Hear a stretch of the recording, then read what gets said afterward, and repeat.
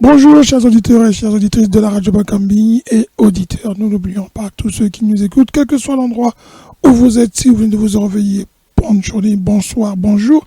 Si vous allez vous coucher ou que vous allez dîner, bonsoir. En tout cas, nous sommes heureux de vous retrouver. La radio est là pour vous, pour commenter l'actualité avec les experts et notre experte. Nous allons parler du Congo, bien évidemment, comme ça sera toujours d'habitude. Nous parlerons de la politique africaine, de la politique dans le monde, l'analyse dans le monde. On parlera de l'élection et de la défaite ou de la victoire de Trump ou de la défaite de Mme Kamala Harris. Pour certains, c'est la victoire des États-Unis. D'autres, c'est plutôt une défaite américaine. On va analyser sur le plan africain qu'est-ce que cela apporte pour l'Afrique. Nous allons aujourd'hui pouvoir parler avec ceux qui, pour vous, analysent et pensent peut-être être proches de vos analyses, de vous et de celles qui nous écoutent. Nous allons avoir aujourd'hui le plaisir, et encore et toujours le plaisir, une fois de plus, d'avoir Madame Opou, la reine. Madame Opou, bonsoir. Bonsoir. Très court, comment allez-vous? Ça va, merci. D'accord. Bonsoir à mes collègues également, bien sûr, et bonsoir à tous ceux qui nous écoutent. Merci beaucoup, Madame Opou, la reine. Nous allons aussi avoir à vos côtés Monsieur Grégoire Gaïno. Monsieur Gaïno, politologue, est élu dans sa circonscription de... J'oublie ce mot, Monsieur Gaïno, là vous êtes élu. Ah, Longo. J'ai fait exprès, hein. C'est Longo proche d'Amiens. Vous êtes passé maintenant dans quel... comment on dit ça? La région, ce n'est plus la Picardie, hein? Non, non. C'est le Grand Nord, la région du Nord, nord de France, le Nord de France. D'accord. Vous êtes dans le Grand Nord de France, pas le Grand Nord du Congo. Évidemment, vous quittez le Congo pour passer toujours du Nord au Nord, c'est un repère? Non, au Congo, j'étais au centre. D'accord. Donc vous resterez celui du centre et vous allez faire le débat avec les autres. Nous aurons à vos côtés Monsieur Sosten Miambalat, agronome de son État, qui lui est obligé désormais d'exercer non pas son métier, mais d'autres métiers, mais de rester toujours en contact et de toujours suivre. Vous êtes comment dire ça? Vous êtes un fidèle de l'agriculture, hein, Monsieur Miambalat? Ben oui, c'est ce que je sais faire, mais bon, le Congo ne m'a pas donné l'opportunité pour l'instant, mais le rêve est permis. Et puis les gens mangent au quotidien, donc ils auront toujours besoin des agronomes. D'accord. Vous nous expliquerez tout ça avec le débat autour de des emplois des jeunes et de la communauté et du Congo qui demande de l'aide à une autre communauté. On va commencer par analyser, mais très vite s'il vous plaît, on va essayer de faire ça en moins de 10 minutes, on va parler actualité. Je ne vous ai pas, comment dire ça, mis ces sujets, mais nous allons parler d'un sujet qui est revenu en Angleterre, qui a attiré mon attention dans la lecture de l'actualité. Vous savez qu'au Congo et dans d'autres pays, mais notamment le Congo, le Rwanda a pris des terres pour pouvoir développer le ricin. C'est une plante, dit-on qu'on va la transformer pour en faire une espèce de, comment on dit ça, un produit pétrolier que va récupérer les Italiens. Ah, monsieur Miambalat, vous qui êtes agronome, le ricin qui sera planté au Congo, c'est pour pouvoir développer un produit proche du pétrole, hein? Bon, selon les dires de ceux qui croient à ça, le ricin, d'abord, on sait bien que c'est une plante toxique. Et c'est pas une plante, je ne sais pas si vous connaissez les pays en Afrique qui cultivent le ricin et qui ont commencé à produire le carburant. Donc, c'est le système PCT, ils sont toujours dans des slogans et ils prennent les Congolais pour des cons. Puisque tout ce qu'ils ont prévu, tout ce qu'ils disent, ça n'aboutit jamais. On est déjà habitué à ça, à ces slogans. On peut nous faire avaler tout et rien. D'accord. Je vous avais... Oui. Oui, allez-y, vous voulez conclure? Je n'avais pas fini. En fait, je vous ai demandé votre avis sur le ricin parce que c'était une plante dont on dit qu'il peut produire du carburant, mais qui est apparue en actualité, hein, qui a fait son apparition dans l'actualité anglaise. Je vais vous citer. Ce sont deux comment on dit ça? Deux situations assez inédites. Vous avez suivi les émeutes au Royaume-Uni, hein, qui se sont produites il y a quelques mois, où un Anglais d'origine africaine a tué des enfants. Il en a tué près de 4 ou 5. Et il a été envoyé au tribunal. Et au tribunal, on a révélé qu'il développait chez lui, il avait planté du ricin, qui est poison. Et pour les Anglais, c'est un poison qui ne mérite pas du tout d'être cultivé. Et le ricin s'est donc retrouvé. Et donc, il y a une enquête qui est ouverte pour découvrir pourquoi il cultivait le ricin, qui est un poison et qui n'est pas un produit qui va faire du carburant. Et le ricin est apparu dans une deuxième affaire au Royaume-Uni.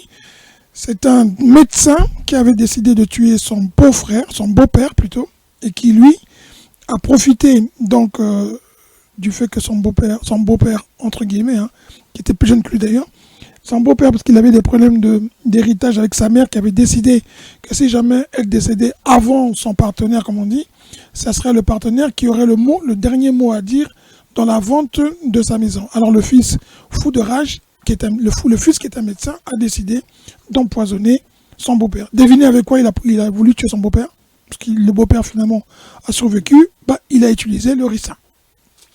Alors, la culture du ricin au Congo, on va suivre l'actualité. J'espère qu'il n'y aura pas beaucoup de morts avec ce produit. Alors, c'était juste une information. Alors, sujet, pour qu'on puisse parler, on va rentrer dans le vif du sujet. On va commencer par l'actualité. Assez triste, nous avons tous vu, d'autres l'ont dit, nous arrivons sur ce sujet.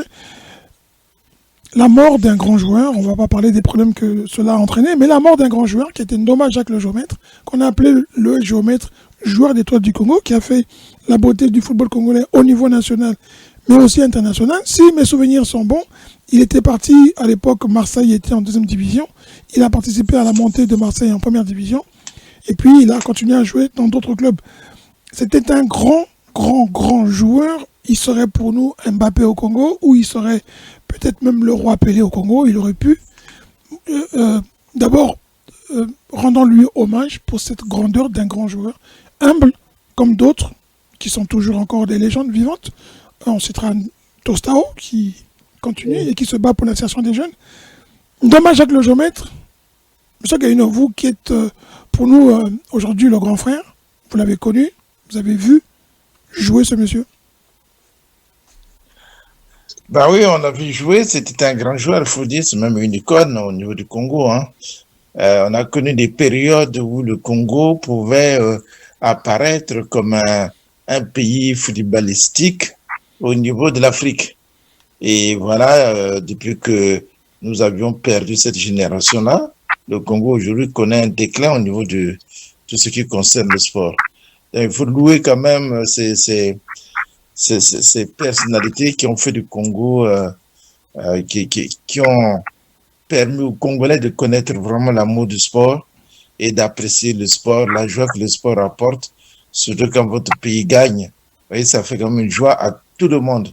On est toujours content et c'est dommage. Il faut dire vraiment que la terre lui soit légère et que voilà, que chacun a son temps de quitter ce monde. Et il mérite vraiment d'être reconnu comme un grand footballeur, comme une icône du Congo, une gloire pour le Congo, et voilà quoi. Madame Opou, la reine, je pense que même si vous êtes madame, vous avez quand même suivi le football congolais, des grands noms comme Ndoma Jacques le géomètre. Moi, j'ai l'image assez triste qui m'a toujours marqué. On était partis au stade avec mon père et mes frères, et il y avait ce match Congo-Zaïre où le Zaïre nous a complètement explosé en première mi-temps, et finalement l'entraîneur qui avait fait venir les professionnels dans Ndoma le géomètre était sur le banc de touche. Personne n'avait compris ce geste, mais quand il a fait rentrer Ndoma, ils ont réussi quand même à revenir à 5-3. C'était extraordinaire, mais il a toujours fait des exploits, et aujourd'hui le Congo perd, et j'espère qu'on saura quand même garder ce nom, et j'espère qu'il y a des archives qui pourront montrer aux jeunes ce que c'était Ndoma Jacques le géomètre. On espère bien, parce que s'il y a quelque chose que nous ne savons pas faire au Congo en particulier, c'est effectivement garder la mémoire, les archives, comme tu as su le dire. Moi, je sais qu'il y a des moments, je crois que c'est au temps de Marien, quand nous avons gagné la coupe, en ces moments-là, étoile du Congo, Diable Noir, nous, on était là, j'ai suivi ça. C'était des meilleurs moments que nous avons vécus. Et que le sport au Congo était, malgré tout ce qui se passait entre Diable Noir et Étoile du Congo, parce que voilà, on sentait le Moukadou, on sentait Yakaramam et tout ça. On a suivi tout ça. Mais c'est vrai que quand on perd des grands joueurs comme ça, perdre une personne, c'est très, très difficile. Mais des personnalités comme ça qui ont fait le beau temps du Congo, on ne peut pas les oublier. Je dis, le tombeau des morts, c'est le cœur des vivants.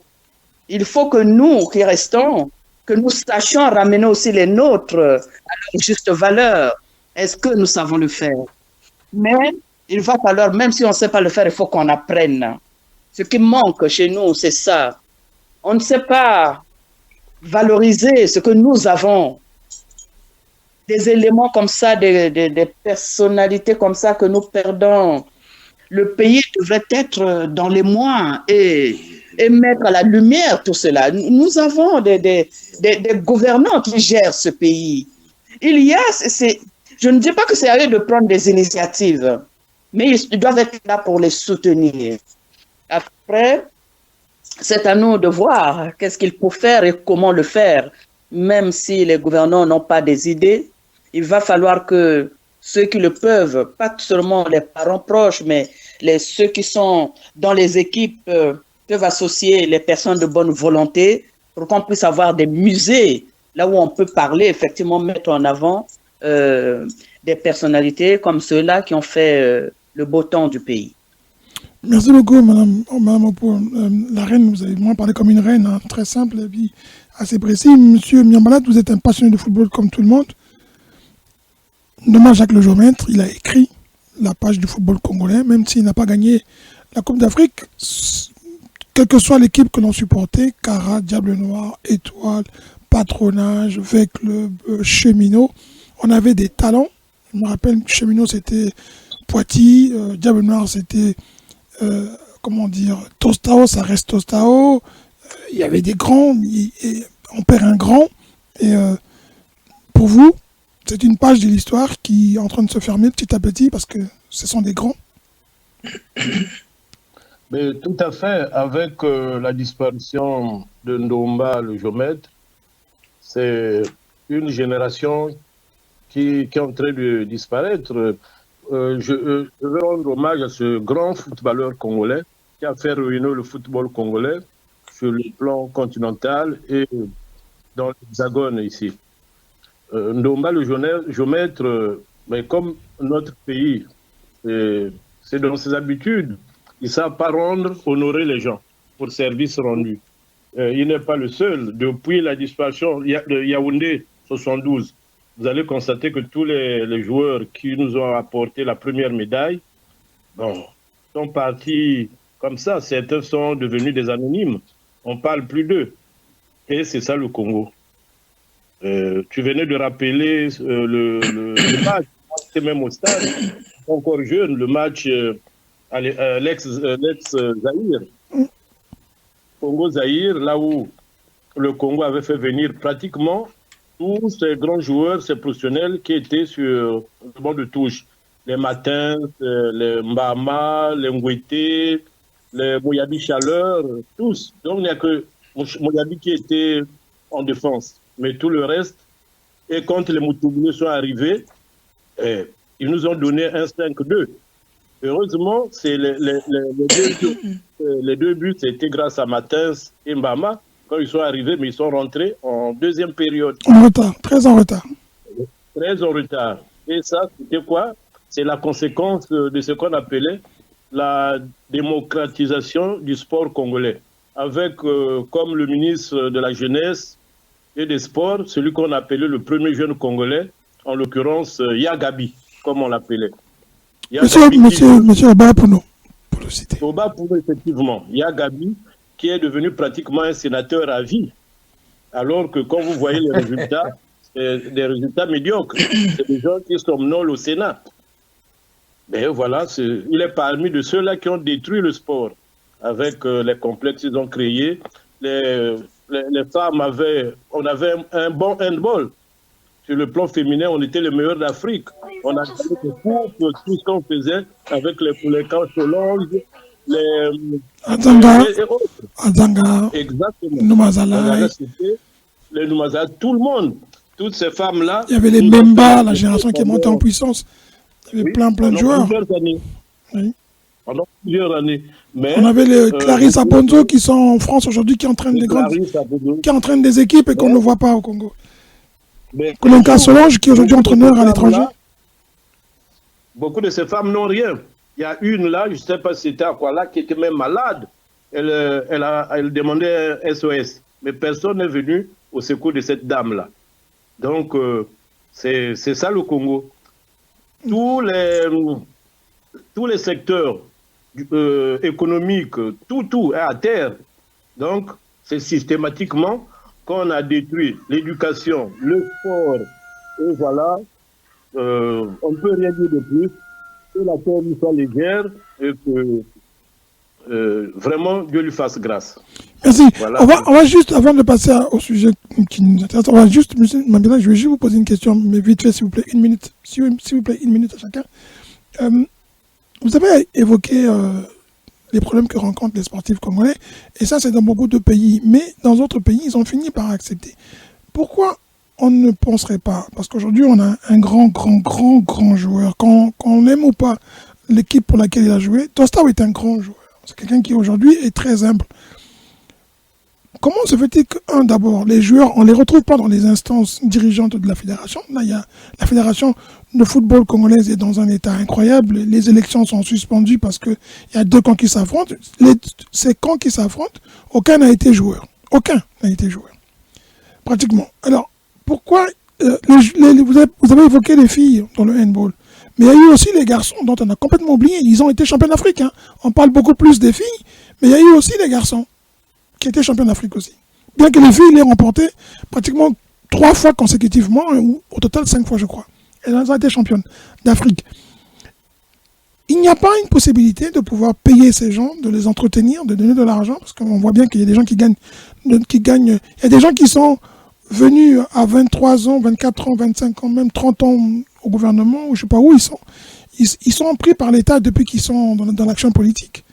Mais les sportifs qui ont amené à ce niveau-là le Congo, à des hauts niveaux, il n'y a pas de récompense, il n'y a pas de... Je parle avec un président d'une fédération dont on parlera du sujet, qui m'expliquait que beaucoup de fédérations ne sont pas subventionnées. Est-ce que voir Ndomba Jacques le géomètre, lui il n'a pas vraiment crié au secours, il était malade, ce sont des petits, on va dire, des jeunes, des moins jeunes que lui, qui se sont organisés pour l'évacuer, qui l'ont emmené en France pour pouvoir essayer de rattraper ce qui était devenu déjà grave et qui était trop tard. Et l'État vient toujours après. Bon, je ne sais pas, vous avez une proposition concrète pour prendre en charge les sportifs, surtout ceux qui ont marqué l'histoire, qu'on puisse leur donner un revenu, au moins un salaire, les placer ambassadeurs dans une entreprise comme la SNPC. On peut prendre Tostao, ambassadeur, et puis on lui paye un salaire. Mais à l'époque, quand les choses marchaient, en dehors du foot, Tostao travaillait à l'époque à l'hôpital général. On peut imaginer qu'il a pris sa retraite, mais non après. Oui, il y avait déjà ces choses-là. Et tous les joueurs, pratiquement, qui jouaient dans l'étoile, chez Minot, tous avaient des fonctions. Un travail. Oui. Mais les choses, c'est ce que je ne cesse de dire.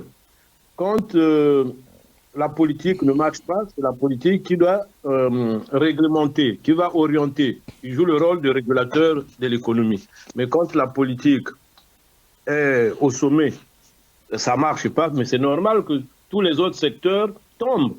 Vous avez parlé de handball, vous avez parlé, mais à l'époque, il y a 30 ans de cela, on était parmi les meilleurs de l'Afrique centrale, avec le Cameroun. Mais de l'Afrique, on luttait avec le Nigeria, le Cameroun, la Tunisie, l'Algérie. Les filles étaient les meilleures. L'Égypte avait du mal à battre le Congo. C'était des vrais matchs. Rien qu'au niveau de la sous-région, de l'Afrique centrale, le match le plus attendu, c'était Congo-Cameroun. Tout à fait. Mais même aujourd'hui, la Guinée équatoriale nous bat, le Gabon. Vous parlez de football, là. Vous parlez en football, en termes de football, oui. Oui. Mais sur le plan balistique, le Cameroun a gardé le cap, alors que le Cameroun craignait le Congo. Mais aujourd'hui, le Cameroun c'est une bouchée. Donc, il faut un changement systémique. Il faut vraiment changer de fusil d'épaule. On avait dit une minute, s'il vous plaît. Une minute, c'était bon. Voilà ce que je peux dire sur ça. D'accord. On est à terre, on est à terre. Monsieur Gaïno, qu'est-ce qu'on peut faire pour les sportifs congolais dont on sait beaucoup sont démunis parce qu'en plus ils ont pris la retraite, comme dit M. Mimalat, ils travaillaient quelque part, ils sont à la retraite. Mais des gens comme François Pelé, même s'il y a eu des déboires judiciaires, qui ont fait la beauté du Congo au Paris Saint-Germain, la fierté du Congo. Il y en a plein de joueurs qui ont fait briller patronage, c'est incroyable que ces gens deviennent anonymes et l'État les ait oubliés. Et, excusez-moi, mais je vais être polémique, Madame Opou, on a vu quand même l'image qui était triste. Le président du Congo recevait des grands joueurs africains à Oyo. Il n'y avait pas un représentant du football congolais de qualité. Encore une fois, des grands joueurs qui sont là. Vous avez dit Mouyabi Chaleur, il est au Congo. Que devient Matins? Ils sont au Congo. Que deviennent tous ces gloires? La dernière fois, on a montré Babankunku, il est en Europe. Comment on peut recevoir Eto'o?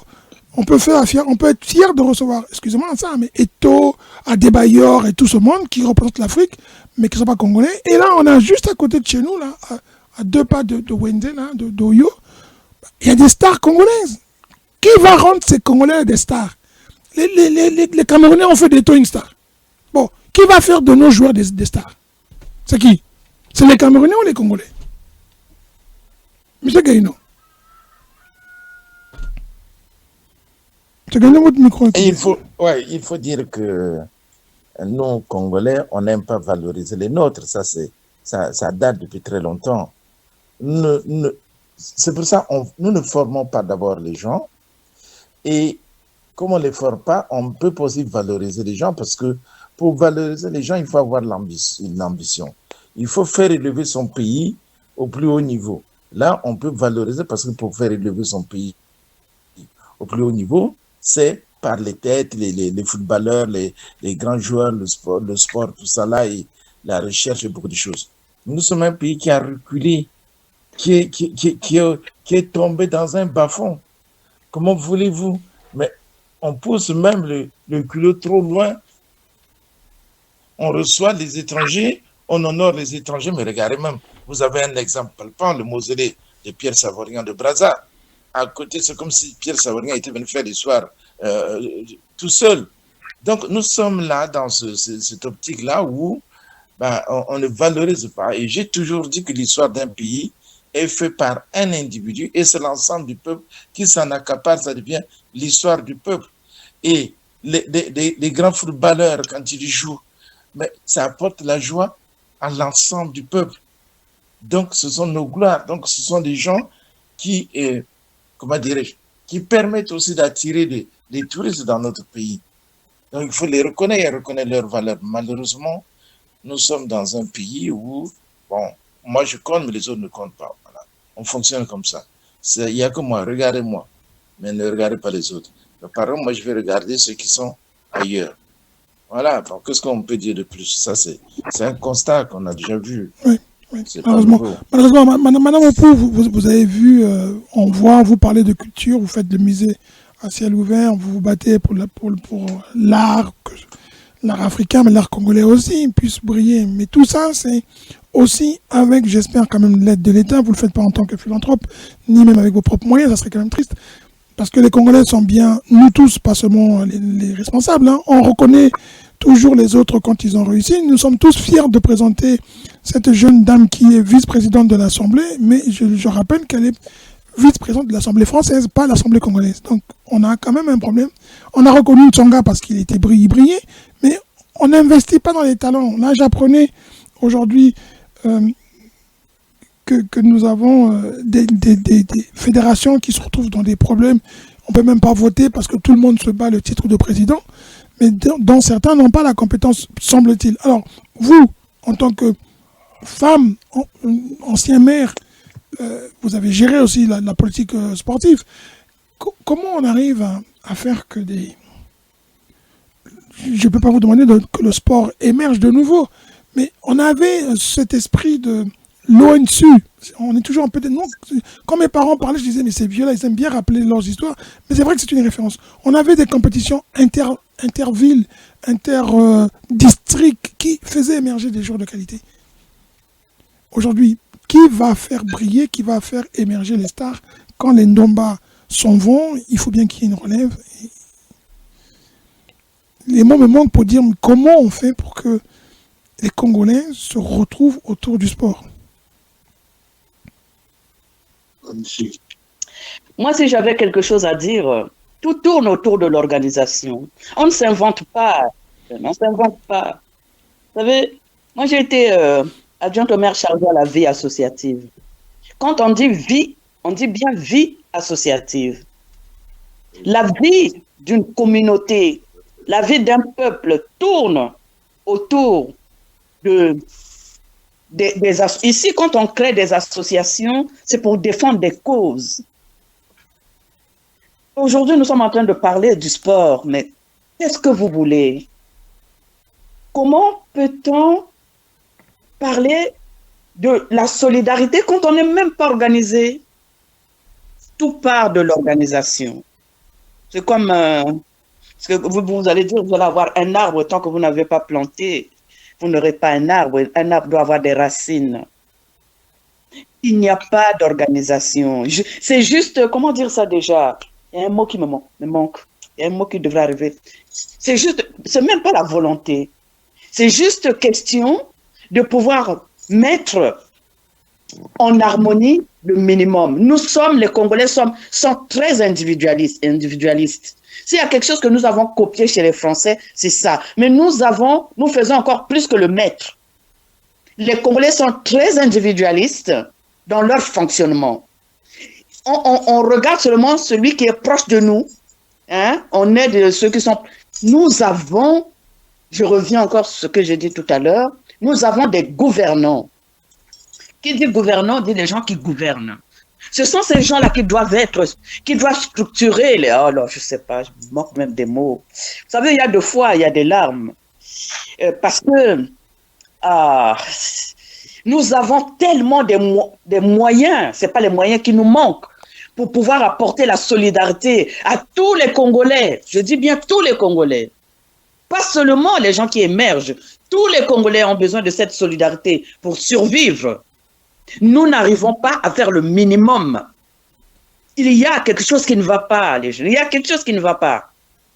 Il faut revoir les choses. Je ne sais pas, reprendre les choses à zéro. Je ne sais pas. Donner les moyens aux compétences pour pouvoir créer. Tout à l'heure, tu as parlé de musée à ciel ouvert. Si je te dis que je suis en train de le faire avec mes propres moyens, qui va financer ça au Congo? Par contre, si je porte ce projet ici en France, j'aurai des financements. Parce qu'il y a des subventions qui existent pour soutenir les projets. Mais au Congo, qui, quoi, comment, quelle structure il y a au Congo pour soutenir des projets? Si vous connaissez, dites-le moi. Mais le ministère de la Culture, à quoi il sert? C'est questions c'est même pas une question de ministère. Il va falloir qu'on crée, il va falloir créer des... Ah, pardon, j'ai peut-être dépassé mon temps, mais il va falloir créer, pas des ONG, des structures en dehors des ministères. Les ministères ne tiennent plus la route, c'est pas ça. Il faut qu'il y ait des structures en dehors des ministères qui doivent soutenir des projets. Et si ça se passe comme ça, ce sont des ONG ici. Ce n'est pas les ministères qui s'occupent des projets. Si l'on parle du sport, il y a des structures en dehors des ministères qui s'occupent du sport. Hein? Nous allons parler de l'agronomie. Il y a des structures qui sont là. Ce n'est pas que les ministères. Chez nous, tout est porté vers les ministères. C'est pour cela qu'il y a un vide. Et quand il y a un vide, on ne sait pas avec qui travailler, vers qui s'adresser, qui finance quoi, qui va financer. Portez un projet au Congo, donc vous allez aller voir le ministère pour que le ministère finance votre projet. C'est une structure mise en place, une ONG. Oh, allons. Nous avons perdu trop de temps comme ça. Allons. Aujourd'hui, le Congolais qui a un projet doit compter sur ses propres forces. Et vous voulez que les choses avancent? Même ici, dans un pays là où on dit développer, quand vous portez des projets, vous êtes soutenu quand on trouve que ce projet est valable. Au Congo, on ne soutient personne. Les Congolais vont faire quoi? Ah, mes jeunes. Je voulais rajouter un petit mot tout simplement en disant que lorsque nous étions jeunes, c'est-à-dire que dans les années 70 tout ça, il y avait des championnats inter-régions. Donc les régions se rencontraient. Je voyais les gens ceux de Wando qui venaient jouer à Makwa, ainsi de suite. Donc tu vois, il y avait cette émulation-là où on voyait des sportifs qui allaient partout, qui allaient jouer dans les régions. On organisait des championnats au niveau des régions. Mais tout ça, on a détruit. On a tout détruit. Il faut savoir que, vous savez, c'est facile de détruire un pays. Et pour détruire un pays, on commence par l'éducation. Et qui dit éducation dit aussi sport. Donc, on a tout détruit. On peut déplorer, on peut tout raconter. Mais lorsqu'on a tout détruit, il faut vivre ça comme ça. Qu'est-ce qu'on peut dire de plus? Qu'est-ce qui fonctionne aujourd'hui au Congo? Qu'est-ce qui fonctionne? Je ne sais pas si quelqu'un, quand un individu marche parce qu'il a tout son corps qui fonctionne. Si tu as un pied déjà qui ne fonctionne pas, c'est foutu. Donc, vous voyez, on fonctionne comme une chaîne. Hein. Il suffit seulement qu'il y ait un maillon de chaîne qui se décroche. La chaîne, maintenant, ça tourne sur place, ça n'avance plus. Donc, le Congo n'avance plus, ça fait depuis très longtemps. Alors, comment voulez-vous former les talents? Comment voulez-vous former les jeunes au sport lorsqu'il n'y a rien qui fonctionne? Voilà, c'est simple. Malheureusement. Et on espère quand même qu'on trouvera que les gens vont se réveiller, car il faut se réveiller.